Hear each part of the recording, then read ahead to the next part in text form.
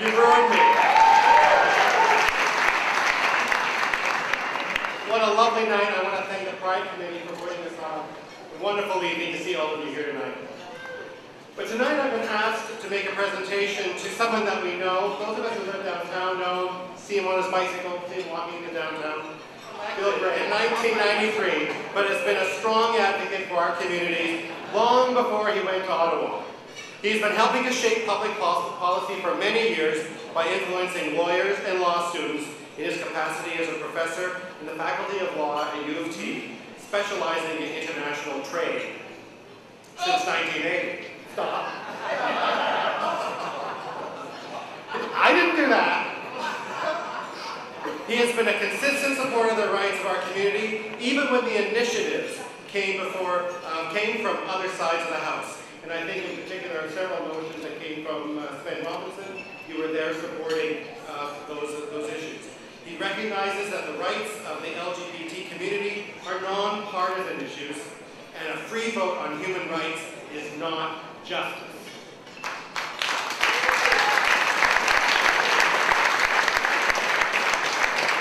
Bill has also been outspoken and in favor of and voted for HIV funding and HIV/AIDS funding and our equality rights.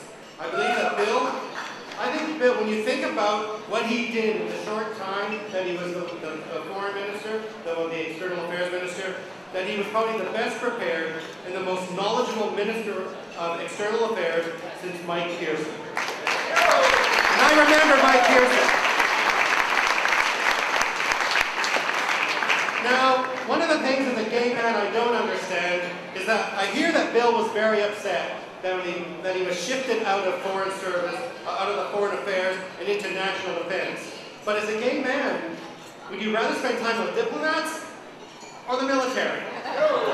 You know what? I'd rather spend time with the military. Those two, those uniforms, they're fabulous. So I think that if the members of the three major parties were here today to congratulate Bill, his fellow Liberals would say he was a great Canadian.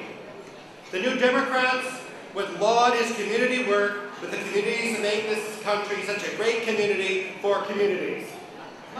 And the Tories, well, they wouldn't be able to comment because the Prime Minister's office hadn't given permission to make a comment.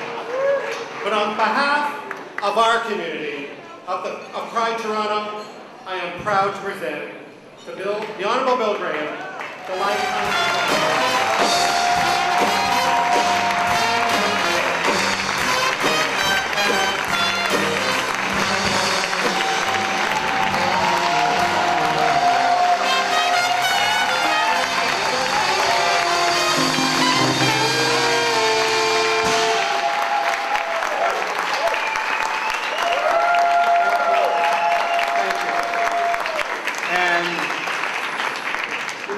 I've been working with Kylie for years.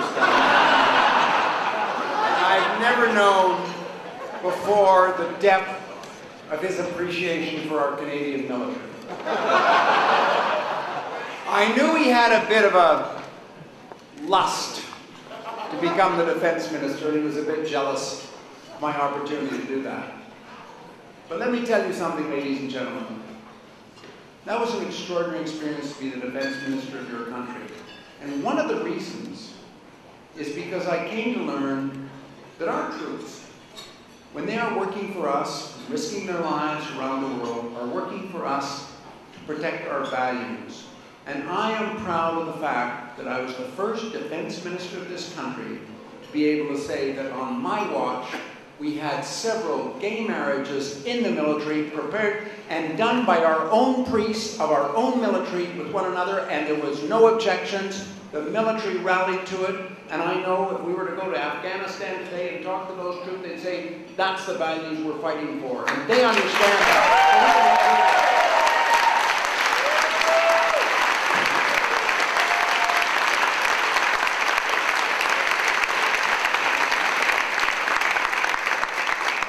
And we've come a long way since I was first elected in this riding in 1993.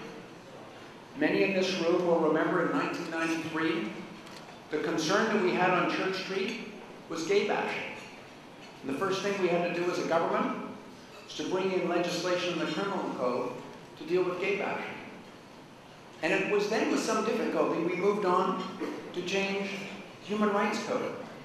And then we adopted legislation to deal with pensions, so that people like George Hislop and others in our community could actually get a fair shake in their lives.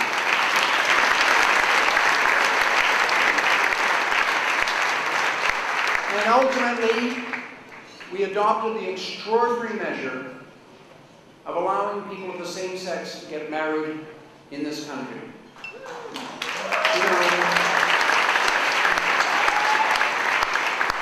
Whatever you want to say about our country, and whatever you might think about partisan politics, and everybody in this room has their own partisan views, I can tell you I was very proud when Prime Minister Martin was the Prime Minister and we introduced that bill in the House of Commons, and we passed it. But I was even prouder in the last Parliament when we stood in our place and everybody from every party gave it a stronger majority than ever seen before and made our country one of the leading countries in the world in recognition of fair and equal treatment of people.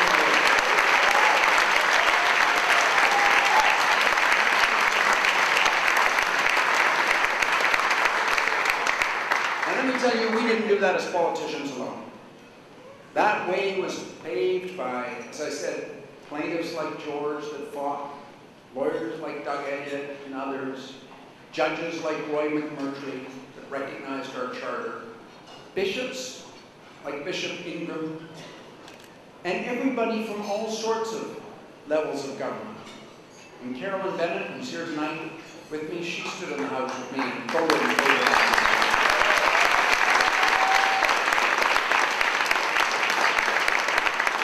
I've got to tell you, I had the opportunity of learning something about politics in my life from somebody who's very special, and that's my colleague, George Smith.